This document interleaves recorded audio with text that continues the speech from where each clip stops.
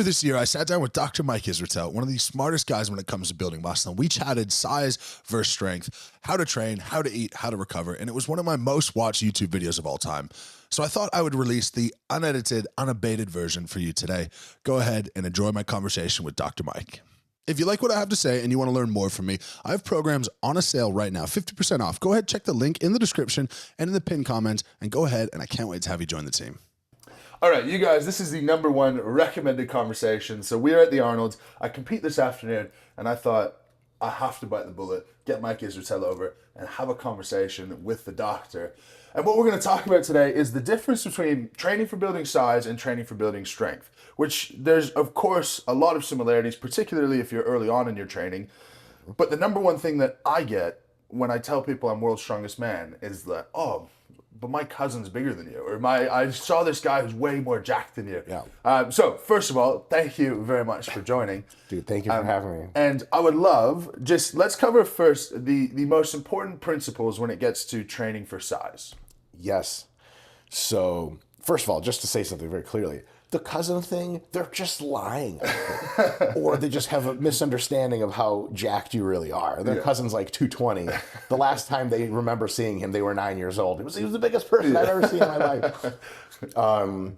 So the critical elements of training for size is, depending on how simple we want to make it, is challenging your body with quote unquote heavy resistance. I'll define that later. Yeah. Weights which when you lift, they start slowing down on you, hard training. And then obviously you can't really talk about gaining size without concern for nutrition, because fueling the body and putting in enough literal raw materials is how you end up getting jacked. So there's lots of people in the IPF, for example, that are, 120 pounds and they lift more than me, but how come they're not so jacked? Something about a drug test. I'm not interested in that kind of noise. But it really does come down to the food, because if you weigh 120 pounds, you could be strong as shit. But if you don't eat your way up to 180 or whatever, it doesn't matter how strong you get. You're just never going to be ultra jacked.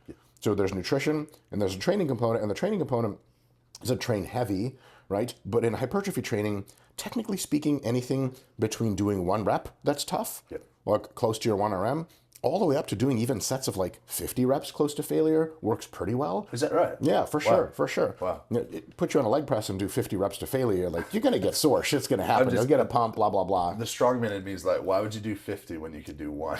Well, what happens when you do the truck pull, motherfucker? I know, it's horrible. You're like, yeah, it's just one step. They're like, yeah, sure. I'm strapped in, I can't go anywhere. So basically, the most productive, seemingly, rep range for muscle growth training is something like 5 reps, challenging, where it gets close to failure, all the way to sets of 30 repetitions. Wow. If you train roughly that heavy, you're going to get seemingly, at least in the short-term studies we have, like roughly equivalent results. What does that mean? That means you take group people and you train them mostly sets of 5, which is this is how you train for strength. I'm kidding. Not entirely. Of course. Mr. Ripto, I'm sure, no doubt, is watching this as he sees all. And then you have someone training for sets of 25, close to failure. It's just not wise to bet your money out. One of them is going to get more jacked than the other, one group than the other. They get roughly the same level of jack, because we have direct studies on this. And it's a little bit surprising to people, but it's not so surprising, because a bunch of bodybuilders always talk about like the burn and the pump, etching in the fucking detail with the high reps. And it turns out they were onto some shit. Like, not a lot, but sets of 20 to 30 actually do promote very robust gains in muscle size, but they might not promote a ton of what we normally call strength. So okay. Interesting, because when you see bodybuilders across the board, something I've never really understood is you have guys who swear by low rep heavy training, and you have other guys who are just after maximal volume. And they do see, you have both of them on the Olympia stage, obviously smashing it. So there's really no real distinction in 5 or so. You don't get a different muscle hardness or anything like that. Maybe not obvious enough for us to detect in the scientific literature, and not obvious enough for us as coaches and observers and participants in strength sports to really be able to point it out. So for example, you say you walk into like walk somewhere in the Arnold with one of your buddies. Let's say a person who doesn't lift. You really start to find out what it is you know or don't know about your sport when you talk to someone who doesn't lift. You try to explain shit to them, and they're like, that doesn't make sense. You're like, fuck, you're right, it doesn't. I don't know this.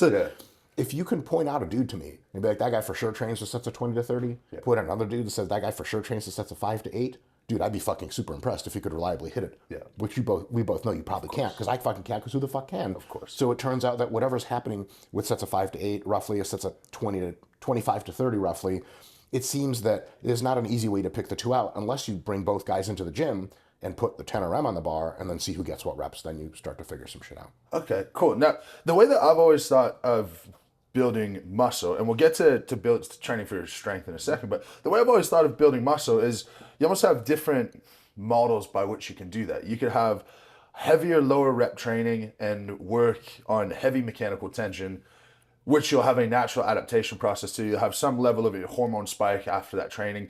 If you go to 30 reps and it's relatively lighter, well, you have a metabolic stress response, and that would be a primary driver of muscle growth, and both of those are pretty good. Is that an accurate way at a broad level to describe it? It's not bad at all. We're not 100% sure anywhere close to that of how much anabolic drive metabolic stress actually brings. There have been at least 2 metabolites, phosphatidic acid and lactate, that have been tested directly in animal models. Yeah. And if you actually literally inject them into the cell, they do cause hypertrophy to occur. Okay. So that's pretty dope. Yeah. But we don't have really good human data on, like, is it really the metabolites in real life causing that hypertrophy response versus tension? There's another thing. Sets of 20 to 30, if you look at total amount of tension introduced to the muscle over time, let's say you do sets of 5, hard, heavy. Yeah. Each rep is a fuckload of tension through that muscle, and all the tension detectors in your muscle, of which there are, last I checked, at least like 5 different kinds, probably subtypes too. They detect tension, like, holy fuck, grow. Yeah. If you're sort of yelling each time, it's like tension, tension, tension, 5 times. It gets the message across and they grow. If you have sets of 25 reps, each time you speak tension, it's not as much. So it's like tension, tension, tension. Right. But 25 times, like if someone's trying to wake you up and say, wake up, wake up, wake up, 25 times, like, yeah, motherfucker, I'm up, fuck. Yeah. So maybe it's still mechanical tension that's responsible for some or most of the growth for both of them. Yeah. Maybe it's a little bit more mechanical tension for the sets of 5, a little bit less total mechanical tension for the sets of 20 to 30, but that metabolite stuff makes up the difference and brings them roughly equal. Yeah. So even on just mechanical tension alone, there's 2 ways to get to a lot of tension messaging to the muscle. One is very few reps to really drive a hard message, and the other is many reps to drive a softer message, but they kind of add up. Wow, okay. That makes sense? Yeah, and then when you're prescribing that to someone, presumably, let's say it's not an IFBB pro, it's someone who's just looking to put on muscle. I only deal with IFB pros, man. I don't want to, you know what I'm saying? I don't mean to spare the channel. Damn. But then it gets down to psychology. And what do you prefer to do more? What's going to get you in the gym more? Is that fair enough? That's a huge part of it. Yeah. Another part of it is exercise specific. If I say, dude, you're doing sets of 5 on the high bar squat, you're going to be like, dope, that sounds fun. Yeah. If I say you're doing sets of 30 in the high bar squat, you're going to be like, I think that's just cardio at that point. It literally is. Like, your quads won't give out, your lungs will give out. Yeah. Your lower back will give out. You just won't be able to stand upright anymore. Another thing is like lateral raises. I say lateral raises, sets of 20. You're like, that sucks. But here we go. Yeah. Lateral raises for sets of 5. You're like, did the shoulder can get hurt that way? Maybe no. Yeah. Flies for sets of 5. That's fucking weird, right? Of course. So some exercises are just more conducive for a variety of reasons to being higher repetition exercise, lower ones. Yeah. Another one is injury risk. So it's just a categorically true statement that the absolutely heavier a weight gets, just like kilos on the bar, the more injury risk it has to you. If you run into a person on the street, you're probably not going to get hurt. You run into a car at the same speed, you might get hurt. You run into a fucking ship at the same speed, I don't know. The water, I guess you're fine. You got your rubber ducky and shit, like an aircraft carrier. But big weights can hurt you more than small weights can, injury-wise. So if you are competing in the world's strongest man or something like that, something you know a little bit about, you gotta go heavy. There's just no alternative because the weights are going to be heavy at the competition. Yeah. But if you're a bodybuilder, you gotta really think shit through. Off season, you love heavy training spiritually. It seems to fucking work for you. Hey, fucking God bless you. Sets of 5 to 10 all the way. Yeah. Pre-contest, you got a little anti-estrogen in the mix. Got a little halo in the mix. Yeah. Got a little all kinds of bullshit. You're at whatever % body fat. Yeah. Your grandma cries when she sees your face. She thinks you're starving. Maybe sets of 5 to 10 aren't ideal anymore. Maybe the injury probability is a little higher than you're comfortable with, especially given those circumstances. Yeah.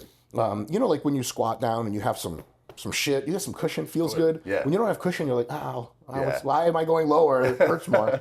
So it might be a good idea to have higher rep ranges safe for times where you don't want to super get hurt. Here's another one. Yeah. after, if I don't know if you guys have a season in strongman, you have mini seasons for mini preps, right? A couple weeks after that big prep where you won world's strongest man or whatever, you might want to go lighter for a few weeks to regrow some lost muscle from that peaking process, because I imagine training volumes aren't super high coming in. You got to drop fatigue. And then you also want to like get, you know, your jackness back, but also just train normally with like maybe sets of 3. You're like, dude, I fucking did some shit. You know, like stones. Like, you ever done stones and not a little bit hurt something? That's strongman, right? So you might want to go to higher reps after that point just to kind of fucking still have the muscle back, but relieve all that joint connective tissue stress. So that's a big concern with training heavy, which is why when guys say it's all preference, I'm like, preference is a big deal. But like when you get seriously into athletics, strongman, bodybuilding, whatever, you kind of have to kind of choose your phases and choose them. Kind of similar to like, an MMA fighter can either punch you or kick you. He's going to knock you the fuck out one way or the other. When he's going up against a world level kicker or puncher or takedown artist, he has to be like, am I doing kicks or punches? Kicks will just get me taken down. That's fucking stupid. Like, yeah, no worries, brother. Everything works. Like, does it though? It's all preference until the shit gets serious. And then there's preference plus a bit more nuance. Yeah. That's cool. Because it's funny, if you would just have this conversation with someone who knew nothing, and you talk about the primary driver of muscle growth is going to be working against relatively heavy load against resistance that's going to slow you down. Well, that sounds exactly the same as strength sports, but it's nuanced. So let's talk, I think, similarities first. First of all, when we're training hard and into season, we need to be, of course, working against resistance that's going to slow us down. But the difference being that we now have a skill component to it. I think people would be really surprised that there would be professional bodybuilders or people who look incredible who just don't deadlift. Back to your risk reward thing, they just say this isn't something that I do and it's not required. But in the same breath, I went from 230 pounds running marathons to 325 pounds world's strongest man. And during that time, I had very few phases where I was up in the 20 to 30 range. Of course, there's a lot of components to that. But then we get to what we actually consider when we're training. And I think sometimes you could look at people in the gym and it could look identical. Bodybuilder doing heavier off-season training, strongman in-season training. But bodybuilders are just thinking about muscle and growing muscle and aesthetics, where muscle is actually not a consideration unless you're in off-season. Then we talk about the skill and we talk about our tendons. And our tendons and our soft tissues are actually more of a consideration, full stop, than muscle. Because the way that we think of it is that when you train heavy into competition, naturally with lower blood supply, your soft tissues aren't going to have the same ability to adapt as muscle, especially if you're doing things to get super physiologically strong. Nonsense. Then we have the capacity to rip them off the bone. And so that lighter training for us is twofold. One, it's going to allow the tendons to grow thicker and stiffer. And two, it's going to allow us a time period for our nervous system to calm down, which is a whole nother can of worms that we haven't talked about. When you get to bodybuilding style training, do you see the same level of burnout as you might in strength sports, i.e. we go maybe 6 weeks and then we need a week of chilling out? Is that the same in bodybuilding if you're doing higher reps? I say if you're training properly, it is. You're training the most properly you can and really putting in a full send approach to bodybuilding. Yeah, hell yeah. Okay. I need to deload every 4 weeks or 5 weeks. If I do every 6 weeks, I have to take like a half-week deload somewhere between there. And most of the folks I associate myself with, every 4 to 6 weeks they deload. Actually, our hypertrophy app programs a deload either 4, 5, or 6 weeks from when you start automatically. Okay. You have no choice in the matter. Most bodybuilders, maybe not most, many, they don't train with a high enough volume per week. They're not close enough to their maximum recoverable volume to really challenge their physiology as much, accumulate as much fatigue, and thus they can go for weeks, 8 weeks, 12 weeks, 16 weeks without deloading. Now, there's a bit of a trick to that because some of them will be like, yeah, man, just not feeling it today. Gonna take a couple rest days. We spend time with the wife. You know, like deciphering periodization from Instagram posts. But turns out his trend shipment just didn't come in or whatever. Can't start the last phase. But there's definitely people who do auto-regulated rest. But the beating down on the connective tissues between strongman and between bodybuilding is in a totally different category. And then so even if you do sets of 5 to 10, that's often in the machines or in compound movements that are very well controlled. Especially if your technique is pretty good. It doesn't really fuck up your connective tissues a ton. Also, a lot of the guys will never be tested in limit strength. So they can finish an Olympia prep and their joints and connective tissues are like a little frayed, a little fucked up. Yeah. They didn't really care because in the last couple of weeks they drop the loads anyway, and then they just do this, and that's just not that hard, right? You guys have a separate concern of not only do you need to make sure you get your strongest ever before you start the tapering process, but you need to make sure your joints and connective tissues are also damn near the healthiest they've ever been. Yeah. You do not want to go into the fucking tire flip doing this. You ever see guys do this before the tire flip? That guy's not going to win. So he's like, I don't know about all this bullshit. So it's bodybuilders can both oftentimes don't push it as hard as you guys do. And when they do, they can get away with more. There's a certain amount of like being fucked up that you can just take because you're never pushed to your limits. Like if my knees kind of feel weird before hack squats, I'm probably not going to rip the shit off the bone. But if I'm trying to do a fucking, one of those fucking runs with refrigerators or some shit, you should better be feeling pretty goddamn good. So, yeah. That's cool. Now, something that people tend not to understand very well, layperson, we're taking a break from your exclusive IFBB Pro coverage, but the layperson, when I talk about I'm going into competition, bodybuilding being a relatively more popular sport than strongman, they're like, oh, well, yeah, you're looking more cut, and you're looking. That's not really the case. It's funny how. Oh, geez, they're ready to say that? Yeah. To you? Yeah. That's amazing. They don't like no concept. You should lean into it. Be like, you don't think my forearms are ready? They're like, I guess they look good. But let's talk about how we have to flip it on its head in terms of what people would traditionally think of prep for bodybuilders. Of course, for strongmen, mass moves mass. We actually get fatter into shows. We get larger into shows. The whole entire goal is around just a performance variable, which a bodybuilder would be their absolute weakest when they get to the stage. But like you said, they're going to be relatively strong when they get to off season and probably want to do a little bit heavier loads. Sure. It's a very, very different approach. At the end of the day, the training process for bodybuilding is a performance thing. It's a performance sport. The more you can stack up more 5 pounds plates at the end of your leg press over the course of the whole cycle, the bigger your quads will look. No one's going to debate that shit. The more reps you can add, the better.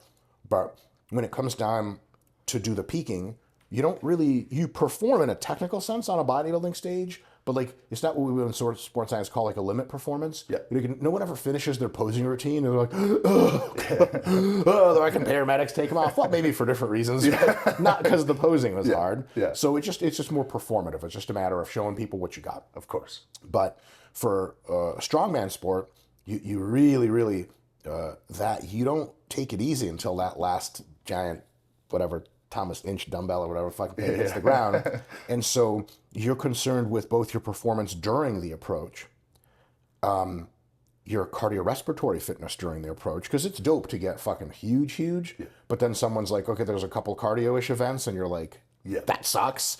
So you're playing this crazy balance, and you have to be your strongest ever on that day. Peaking for strongmen and the amount of psychology and physiology that goes into it, it just pushes the body really far. There's another concern there too.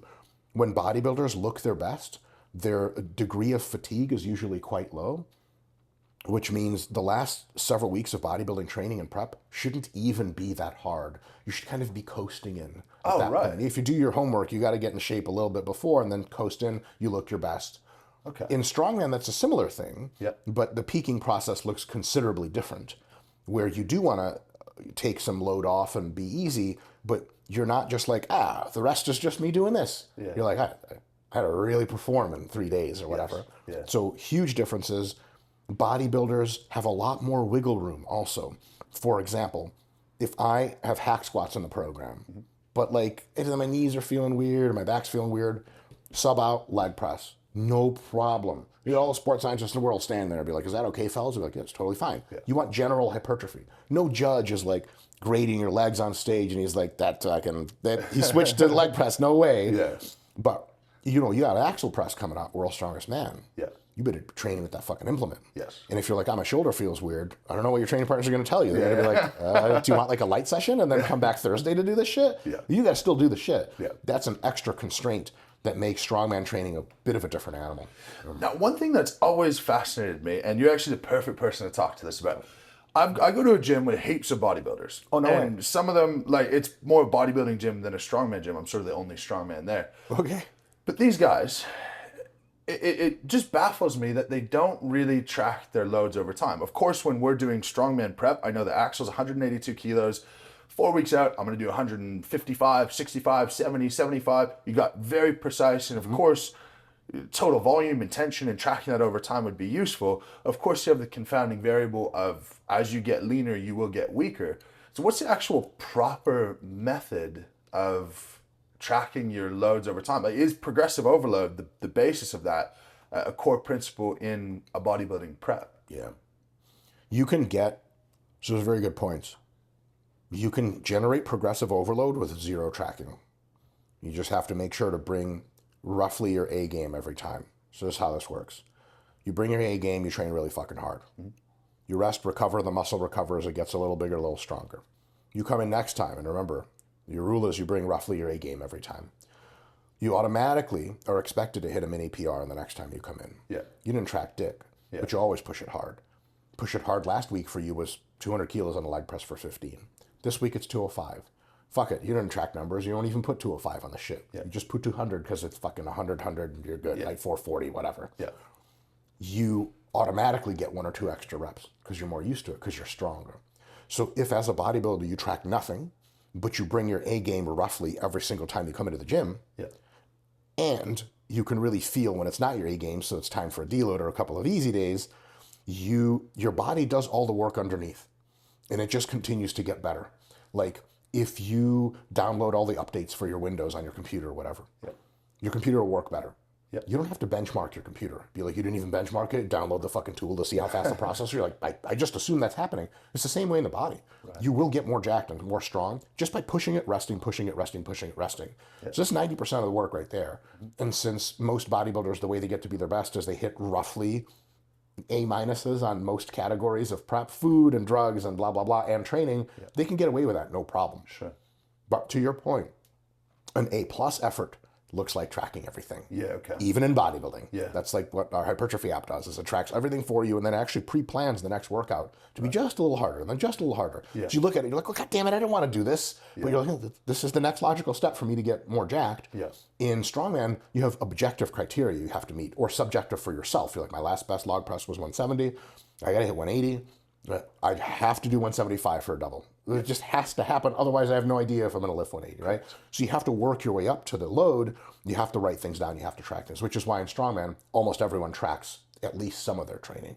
So for bodybuilding, again, it's more wiggle room. You can get away without tracking. Would you be better with tracking your load on the bar, your reps that you got, what you need to do next week for all the exercises? Yeah, fuck yeah. I don't train any other way. I haven't. But I'm like, a fucking nerd who got into bodybuilding. I was a nerd first, bodybuilder second. So I was like, how would you not track anything? But then in strongman, in true performance sport, tracking is a bigger part because you can't really guess your way to some bullshit. And also psychologically too, there's another problem with like attempt selection.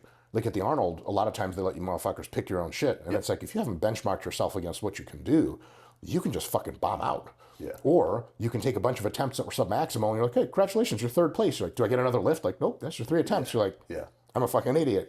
So with bodybuilding, again, there is no test on the stage. There's no fucking 1920s. You ever seen 1920s where they do like a dumbbell curl on the stage and do some shitty pose? Oh yeah, it used to be like, come by. Sometimes they would do like a backflip and shit too. And I'm like, oh, I'm out of that. I can't do that. But yeah, strongmen, like powerlifting, like weightlifting, there's objective shit that has to happen on meet day. And so you have to have everything much more systematized. So when I talk to strongmen, I talk to weightlifters, powerlifters, I talk about periodization, they're all like, When I talk to bodybuilders, like, man, fuck that shit. Periodization is that word that starts with a G we used to say in the 90s all the time. You can't say it anymore. Is that right? No, yeah. Periodization in general is not super commonplace in bodybuilding. No, that's two parts to that. One, you can get really great results without it. Not your best results. Of course. But remember, like, you don't know if you're getting your best results. You just have a fucking six-pack and you weigh 280 and that's it. Of course. Like, whoever tells you about periodization is clearly a person that's a fucking nerd because they learned how to write and read in school. You never did, so fuck them, right? Push their girlfriend out of the way, no. Push sand in their face, whatever it is, right? So there's that whole culture there. And a lot of people in bodybuilding are just not super interested in being overly intellectual about it. It's like a passion thing for them. They want to go in the gym and fucking just do this shit. And I think, like, That's how strongman starts. Yep. You want to go and fucking pick up heavy shit. 100%. But then you get to worlds and you're like, oh, there's 10 people here that are better at this than I am. What do they all do? Well, they all track their shit. Yeah. You're like, I got to start tracking my shit. I can't just do random shit. I'm sure you've seen talented young guys just kind of get really strong, Yeah. doing pretty random shit. But then they're like, hey, how do I get to the next level? And you're like, well, we see your training notebook. And they're like, yeah, 100%. 100%. Now, one other thing that's interesting to me, if say we have a deadlift into a show and it's a 18-inch deadlift, I know I need 8 to 12 weeks to be able to get my motor units firing for a 18-inch deadlift. And that period of time, commonly stated as 4 to 6 weeks, let's say it's a movement pattern you're familiar with, it might be 2-3 weeks and you're good to go.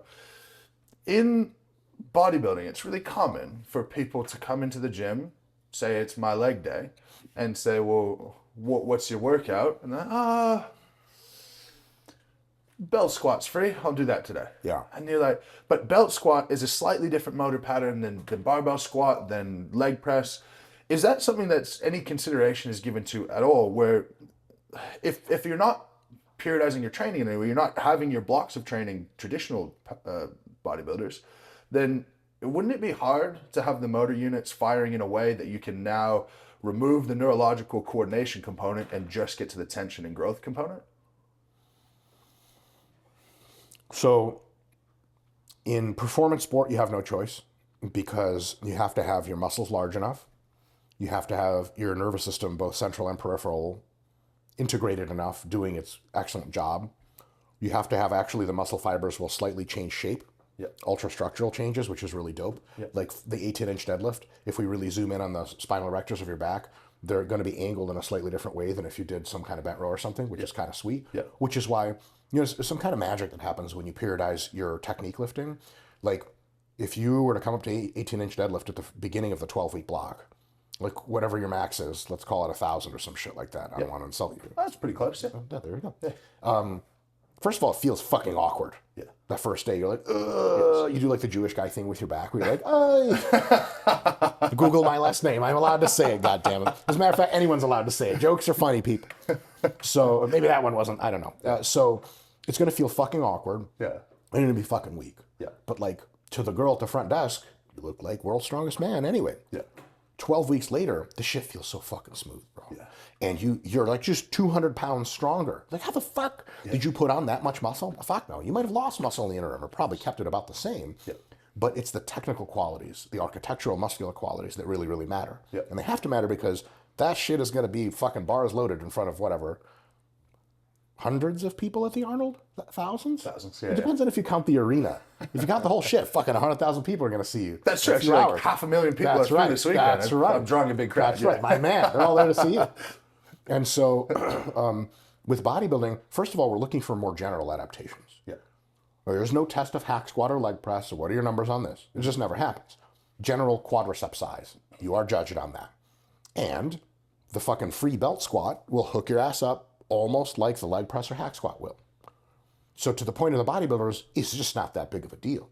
Okay. However, if you want the primo optimum best, as a bodybuilder, if you do hack squats for 4 to 6 weeks in a row, roughly, the first workout is you're just objectively not lifting as much load. Of course. Your stability is a little off. Your body feels your knees kind of, hack squats, you get back to hack squats, your knees are like, bro, what the fuck? Yeah, I'm retired from hack squats. My man, fuck them, right? I'm doing them later this week. Jesus. So your body's like meh, especially coming in anew. And when it goes meh, there's actually, get real specific, there is a little mini organ called the Golgi tendon organ in all your tendons, and it tells you like, this is too much force, so you fucking nuts. And it cuts off, with no consent of yours rationally, your ability to activate the biggest, fastest twitch parts of your muscle. They just don't even wake up. So you got a pretty good hack squat workout for the motor units that fired, but a bunch of them haven't even fired. You repeat hack squats 2 sessions in a row, or whatever, 2 weeks, 3 weeks, 4 weeks, 5 weeks, 6 weeks, your body gets real good at hack squatting. Now, every time you hack squat, it recruits a higher fraction of your motor units. Correct. And the ones that it recruits, that are the most high threshold ones, the toughest one to recruit, those are the ones that grow the most muscle per unit volume. They're the ones that are most growth prone. So it's worth spending some time, even in bodybuilding, getting really fucking good at an exercise to milk all the fucking gains out of it that you can. There's another concern to add on top of that. Your technique changes. And it gets better over time if you're paying attention. You get in the hack squat and you'll see your feet like this. Like, it feels fine. After the last set, you're like, I fucking should be a little wider. Next workout, if you just go to leg press or you go to belt squat, well, no one lost anything, no one gained anything, no lessons, nothing. You just go and start anew. Yeah. But if you're grooved in decently to a hack squat, you do it another time, you put your feet out a little bit. Oh shit, that feels so much better. Oh my God, my fucking hips feel better, my knees feel better. Yeah.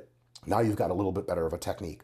That lets you stimulate muscle growth better, just by a small margin, but hey, it's worth it. Yeah. And also it hurts your joints less. You ever like just start with some kind of bench press grip and you're like, that's like it. You go like this and you're like, ooh, that's better. Yeah. That process of mini adjustment of technique to get you more growth and to get you less fucked up in your joints, that continues for weeks. After 4 to 6 weeks of some one exercise, and you're really fucking good at it. Yeah. Not only are you recruiting more high-end motor units, growing more, but also you are putting your joints into positions in which they like better, and you're doing less joint and connective tissue stress and damage. Yeah. So it's absolutely worth it for most bodybuilders in most cases to try to have one workout they put together, like a mesocycle, like 4 to 6 week plan. It's really just the same week repeated over and over. Same exercises. Get really fucking good at them. Yeah. And add a little bit of load reps over time. Deload, recycle, choose new exercises, or the same ones that have been working, because you don't want to like quit a good thing. Of course. Like your leg press is just feeling fantastic, keep it in again and again and again. Now, when your knees start to feel weird, your range of motion starts to suck, your muscles kind of feel tight, fuck it, switch out to hack squats, no problem. Yeah. But you put exercise in, you take them out. Put them in, take them out. But when you put them in and out, it's best for them to take a month or two in and then out versus in and out every single time. They've directly tested this with just one study, I think. And the study came out and said, hey, like doing new exercises every single session grows muscle for sure, but not as much as doing the same ones every single session. Yeah. And so that's something that I think bodybuilders can learn from strength sport athletes of like, just be consistent. Now we're fighting a big cultural thing there of like, well, fucking Lee Haney didn't do it like that. Yeah. The other thing we're fighting is that it's like a little more boring to do the same shit all the time. Yeah. But the same bodybuilders are like, hashtag grind, hashtag suffering. Well, shut the fuck up and suffer with this dumbass hack squat pussy. Yeah. They're like, no, man, I don't feel it today. Like, again, letter G, can't say it anymore. So you got to be able to look at it from a perspective of what do I want to do as a bodybuilder, but also like, what's probably the best idea? Because I will say, it's all good to just go by feel. It's totally fucking dope. Yeah. Until they hand you that third place fucking weirdly colored smaller trophy. Yeah. And you're like, the fuck? Did someone pee on my gold trophy? That's right. And the fucking super hot girl in the front row rips her clothes off and just physically jumps onto the champion's face. And you're like, but that could have been me. But it's not you, motherfucker. Yeah. Because you felt like doing some shit versus thought, this is going to be challenging. Yeah. I need to do this even though I don't feel like it. Yeah. That's the motherfucker who's getting, I guess, face sat in front of an audience. He's dropped his trophy. He's like, fucking take it. I don't care. Yeah. Anyway. That's so funny because obviously bodybuilders have nutrition figured out eons ahead of strength athletes, mostly because we've got to leave us the fuck alone. We like our food. Sure.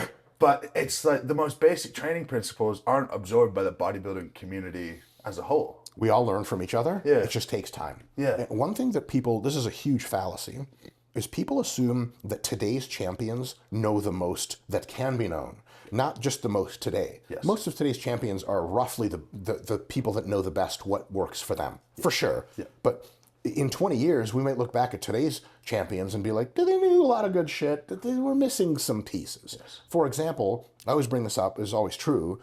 In the 1960s, the average offensive lineman in the NFL weighed 225 pounds. Yeah.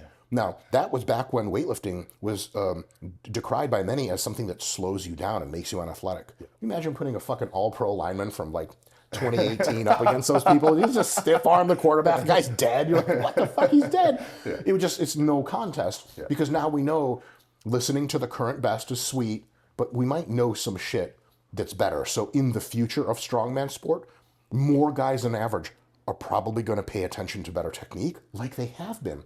And nutrition. One of the people that, for me, at least culturally, I actually would love to ask you this question.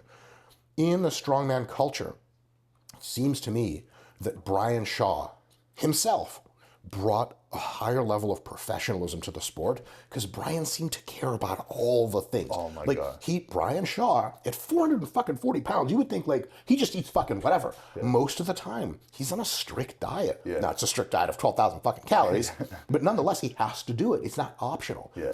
That's bodybuilding shit, bro. If a bodybuilder watched Brian Shaw eat, he'd be like, are you doing what we're doing? In a sense, yes, because Brian Shaw's like, okay, for me to be my leanest and strongest and biggest 440, 460, I can't just eat fuck all. Yes. If I do a little bit of enhancing my nutrition, I'm going to be 10 kilos of muscle more, which at his level is almost nothing. Yes. But nonetheless, like, that's an extra second off your fucking truck pull time because your fat's not on your neck gassing you out or whatever the fuck. Yeah. So everyone learns from everyone else. The weightlifters, powerlifters, strongmen, they bring a formalization to training that is desperately needed in bodybuilding. Yeah. Bodybuilders bring nutrition, lifestyle, recovery, and well, drugs, to be honest. I think bodybuilders are like 10 years ahead or behind, whichever way you want to say it. Sure. So I think everyone learns from everyone else. It's always awesome to watch what other people are doing and be like, is this just shit that applies only to strongman, or is this some shit that I can do? No, you could easily conclude the other way. I've literally been like, people have asked me, like, what do you think of fucking stone loading for back hypertrophy? I'm like, well, all my strongman buddies would look at you in a very puzzled way if you said that. Because if you ask them, what do they do for back hypertrophy? They go, pull downs and rows. Yeah. And like,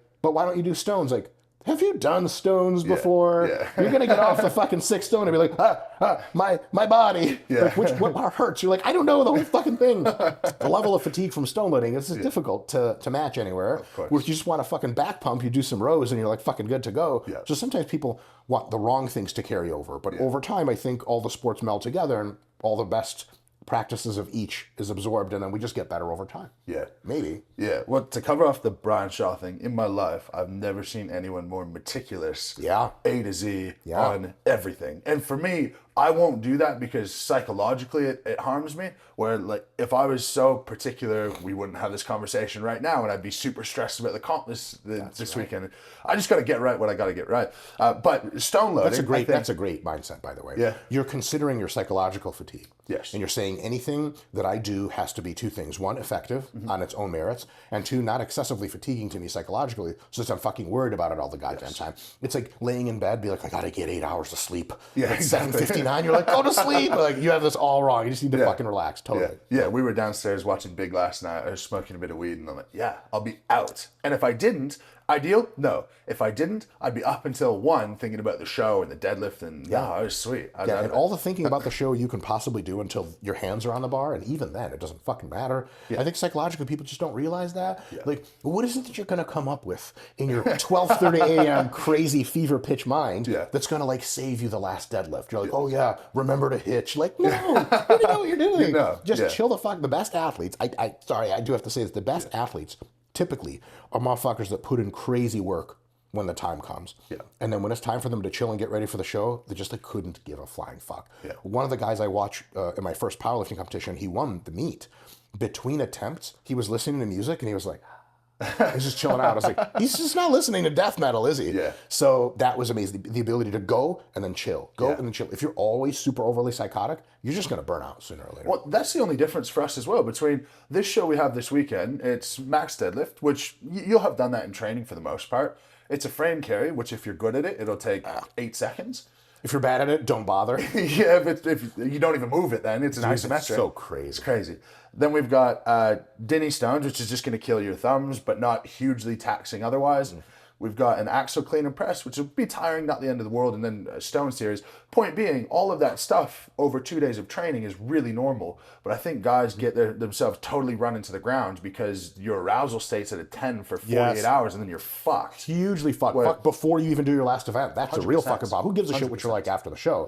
You get into the stones, and you're just like cooked. I've done that in powerlifting. After squat and bench, because I'm getting up for both of them, deadlifts show up, and I'm like, it's like Dragon Ball Z. I can't power up. Oh, fuck. Well, I think that's a really good place to leave it. Thank you very much for that. I think it's, the commonalities should be more than they are, because I think the training principles, the nutrition, the crossover should be massive.